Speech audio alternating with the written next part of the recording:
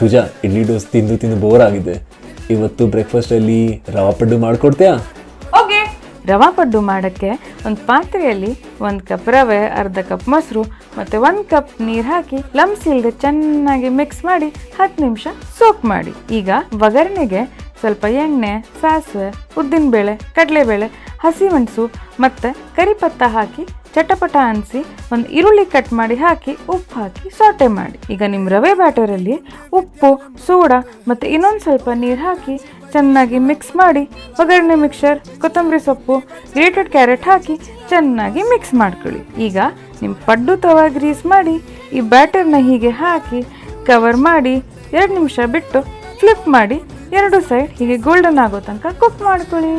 ಅಷ್ಟೇ, ಇಲ್ಲೇನೇನು ಪಡ್ಡು ಚಟ್ನಿ ರೆಡಿ. ತುಂಬಾ ಚೆನ್ನಾಗಿದೆ. ಸೋ ಗುಡ್ ಅಲ್ವಾ? You should try it too. Follow for more. By.